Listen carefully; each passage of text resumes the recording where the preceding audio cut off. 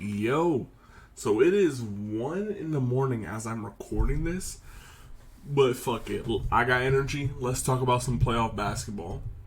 So the second round just ended today, or I guess yesterday, and it was a good second round. It's been a good playoff so far.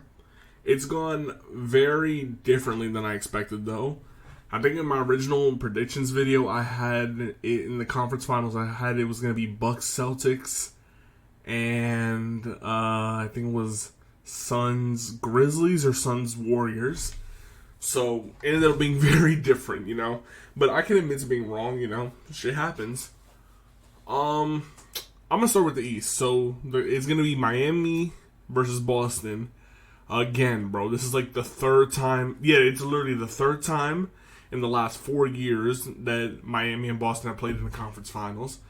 I don't know what it is. They just keep meeting up, bruh. The only year they didn't meet up was 2021, I think.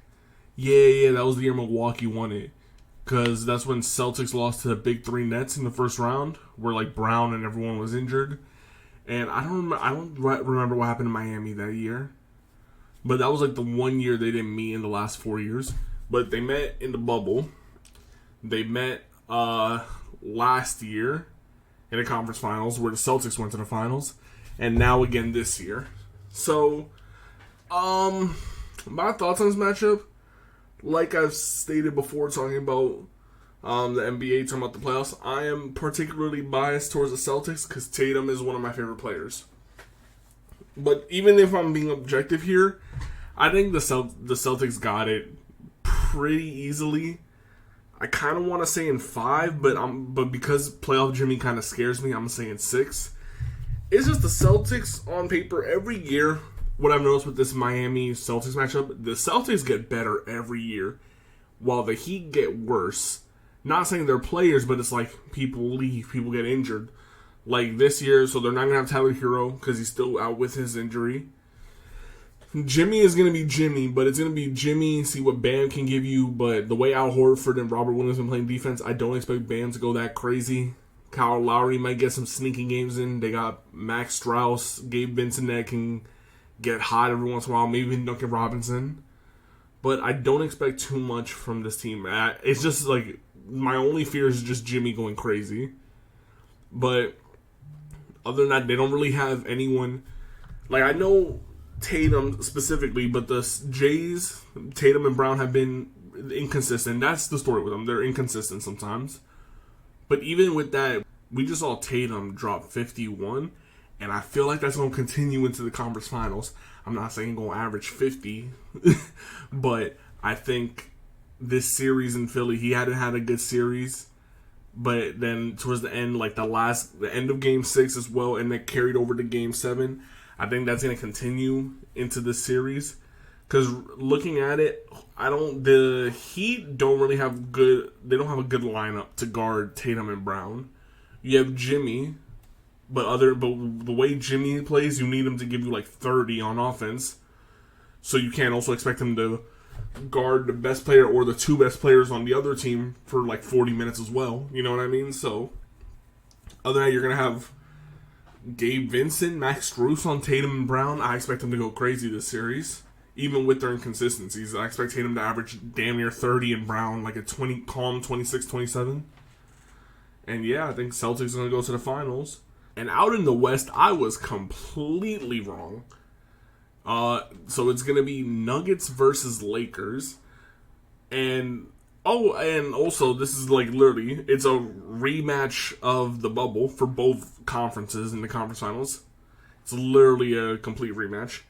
So people that said the bubble ring was fraudulent, including, I'm not gonna say it was fraud. I said it was fraudulent, but I was one of those like, it don't count as much. Like, it's the bubble. So, people like me got to eat my words and shit like that, because those exact same teams are back in all in the conference finals this year, so can't say much now. But Lakers versus Nuggets, I think is going to be a good series. I think it's going to be the better series out of the two. I think this series goes far. I think this is like a 6-7 game series. And ultimately, I have the Lakers coming out. A lot of my doubts with the Lakers I had going into the playoffs, they've fixed and I've kept me quiet about. Because the trades they made were good and it made them a better team, but I didn't expect them to play this well in the playoffs. Like, I didn't know how, obviously LeBron's LeBron, but, he's getting older. I didn't know if we can get, playoff carry mode Bron for a whole playoffs again. I didn't know if he could still do that at this point. I didn't know what AD was going to give you, because AD has been inconsistent even when healthy. And his health is also another issue, but even when he's healthy, he's very inconsistent sometimes. And literally, it's shown this playoffs where it's like, they literally had a graphic where every other game he would go crazy. So it'd be like, crazy game, bad game, crazy game, bad game. And that was the story with AD for the first 2 rounds. Towards the end of the second round, he kind of shut that up by the last 3 games he played good. But before that, it was that good game, bad game, good game, bad game. So it's like you didn't know what you were going to get from him. Also, with their depth, their depth was questionable to me, because not that their depth was bad, but just like AD, their depth was inconsistent. Guys like D'Lo, Schroeder, Beasley. It's like, yeah, one night they can all go crazy, hit their threes, keep the pressure off of LeBron and AD. And another night, they're non-existent. Like, they can't do anything for you. So my biggest concern with them was how consistent can they be? Because in the playoffs, you're going to need that bench depth, or else you're not going to go far.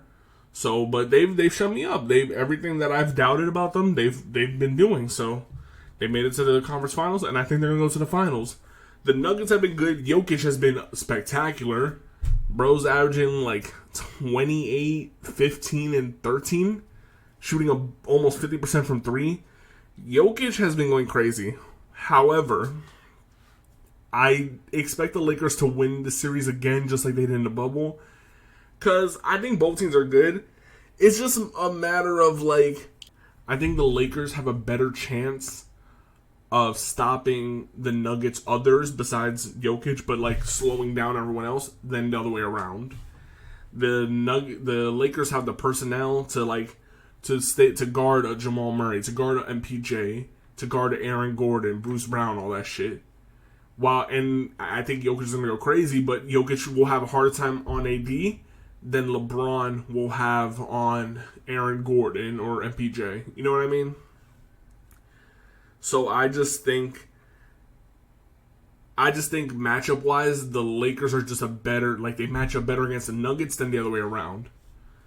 And, I think we're going to get a Lakers-Celtics finals. I'm not going to lie. The all-time rivalry. They're both going to make the finals. And one of those 2 teams are going to hang up banner 18. One of them is going to take the lead in banners. We'll see when we get there, but if that's what it is, and I just had to make a quick early prediction, I'd say Celtics in 6 or 7.